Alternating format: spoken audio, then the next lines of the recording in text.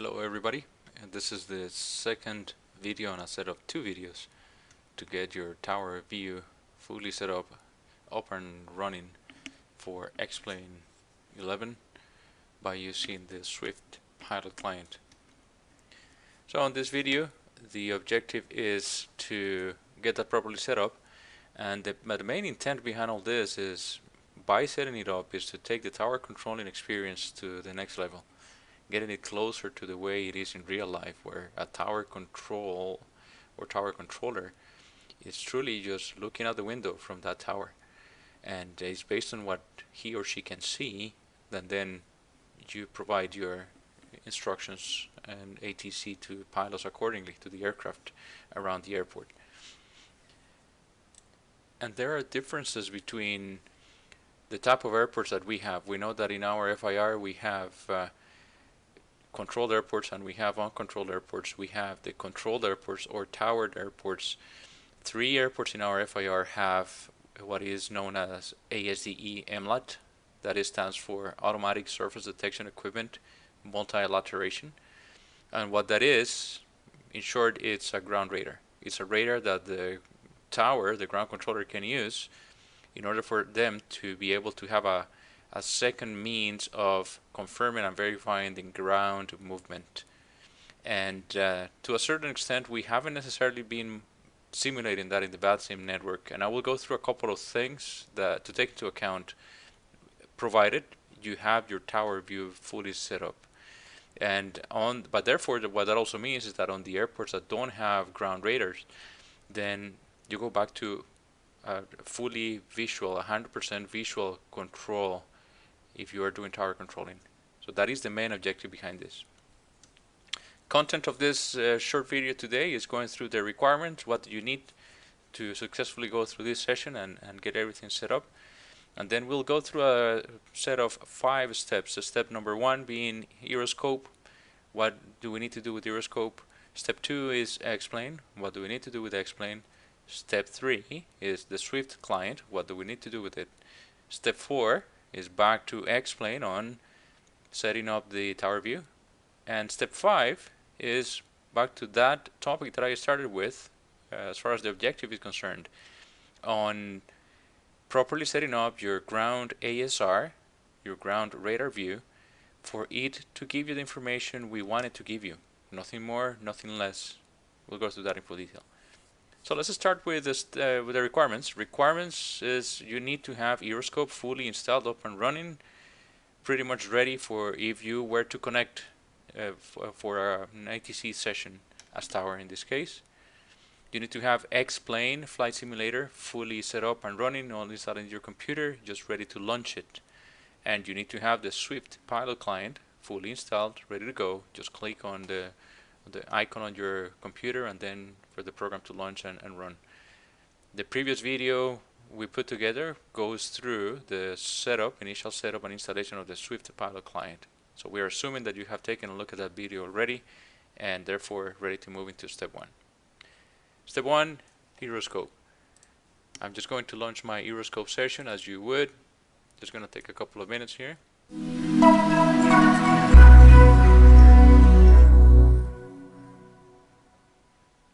And I'm going to drag it into the active window for it to be shown on the video. Okay, so I have this preloaded. As you can see, it already loaded on the Calgary ground ASR. If you would have had this on another one, for example, say if you would have loaded as on the center ASR, I'm going to close the ground one.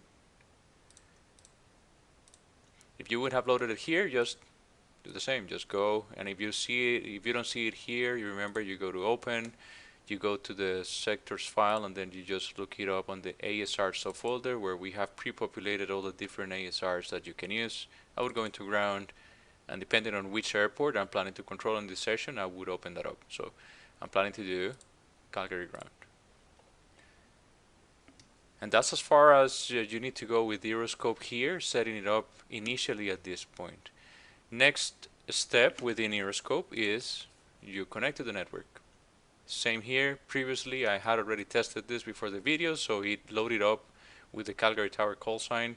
If you would have used a different position the last time you connected to the network, you just need to look up the call sign that you're planning to use for this session. In this case, I'm going to be testing this out with the Calgary tower.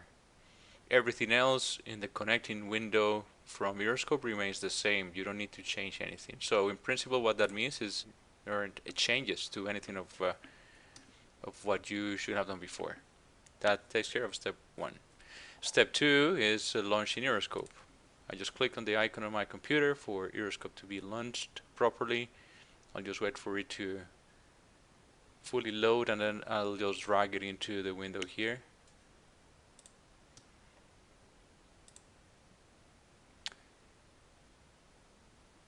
I have an older computer, so it's going to take a little bit longer than your computers probably, but this is what you get.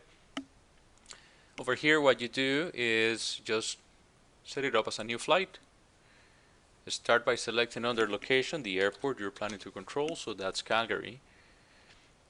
Next thing you want to do is that click on Customize and select a remote location within the airport where you're going to be loading up an aircraft.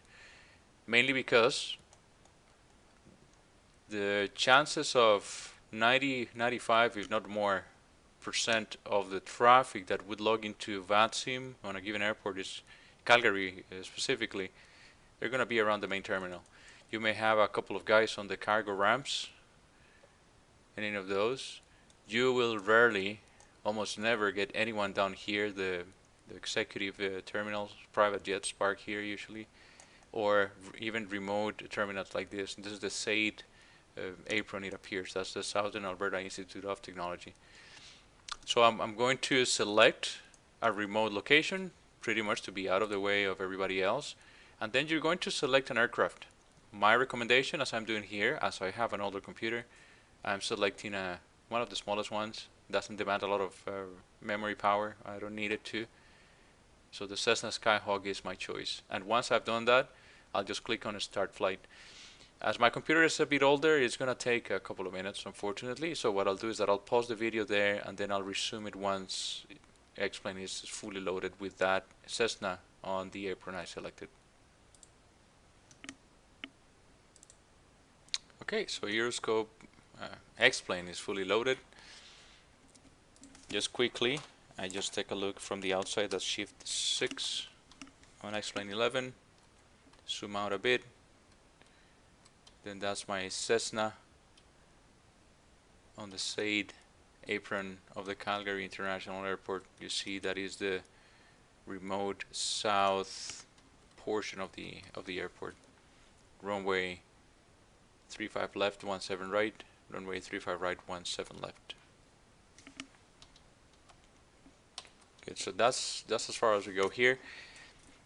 Last step at this point with X-Plane, I keep thinking EuroScope, is make sure that if you're like me, where previously I had been using the XS Quackbox client to connect to the network, make sure you disable it, because the next step here is going to be launching this Swift pilot client, and if you do so without having disabled the Squawkbox, it's going to detect a conflict.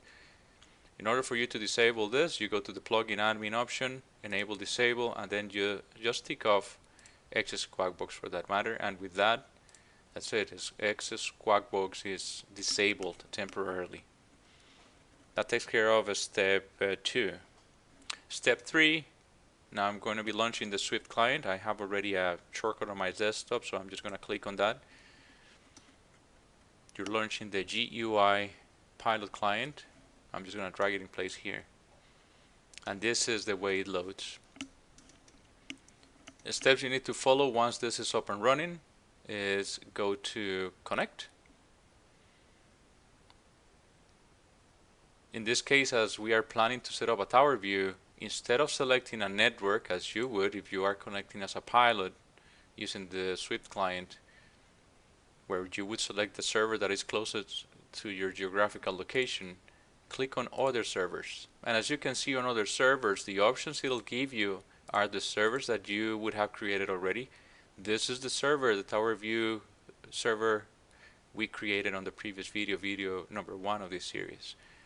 You just need to select that one.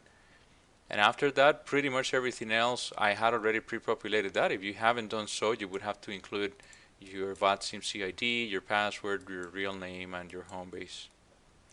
This will happen, so don't panic. Error messages, as soon as you launch your Swift pilot client, it's going to check its database against the model set databases and let you know of any conflicts, as it is doing here. So it's just advising you of that. I see that there's a model that appears to be invalid, so just click temporary disable, and then it tells you, okay, one model has been disabled, and as for information, close and close back to where we were. On this connect window, then we have already included our login information into the network. It has already communicated and grabbed information from the explain session that we have running on the background there, and it has already identified and noticed that we have a Cessna Skyhawk. This is the previous call sign that I used. I can keep it. It's not relevant for the purposes of this session, but we leave it there. It has already captured the type, and this is just the internal number of this aircraft, a specific aircraft within the model set from Swift. It has pre-populated the type as well. In certain instances, if this aircraft type is not populated, just look it up. Use the ICAO descriptor for the aircraft, and typically once you do so, it will give you a drop-down menu to select from. Say, for example, I'm going to do that. You may have noticed that this may have been like this when you started your session, X's and X's. So in this case, Cessna 172, C172. It's a drop-down menu, nothing different from the way other clients do this. I would select that, and you see after selecting that one, it has already populated the type. An airline, it already has a check mark because it's not really required, so you don't need to type anything here. Once you've done that, you can click connect. You'll hear the beep that tells you that it is connected. And up to this point, the only thing you need to check is for the yellow markers on the top of the screen. Network is yellow, that means it's connected. Simulator is on yellow, it's communicating with the X-plane flight simulator that I'm running on the background. The mapper is good, audio is good. All yellow lights mean everything is good. That's as far as step 3 is concerned. Step 4, now what we do, we go back to X-plane, and within X-plane 11, shift and the number 5 will take you to the pre-loaded tower view for that specific airport. So I haven't done anything new here. This is the default scenery that comes with X-plane 11 for the Calgary International Airport. I am on the tower now, a little bit lower as far as elevation is concerned from where the real live controllers would be for the looks of it. That shows me, it appears to be actually the true position in an elevation of the tower controllers and the tower itself in Calgary, but good enough for the purposes at hand. This is the airport, that's the main terminal, so you can zoom in, zoom out, and I'm just clicking the right button on my mouse and holding it and just dragging and moving around 360 degrees as I see the need. I'll see, for example, I remember that's the southern remote location where I positioned the Cessna, and that's my Cessna over there in the corner. And that's why you want to select a remote location, because as you can see, the rendering for your aircraft will be there. So you don't want your aircraft to be confused with other traffic.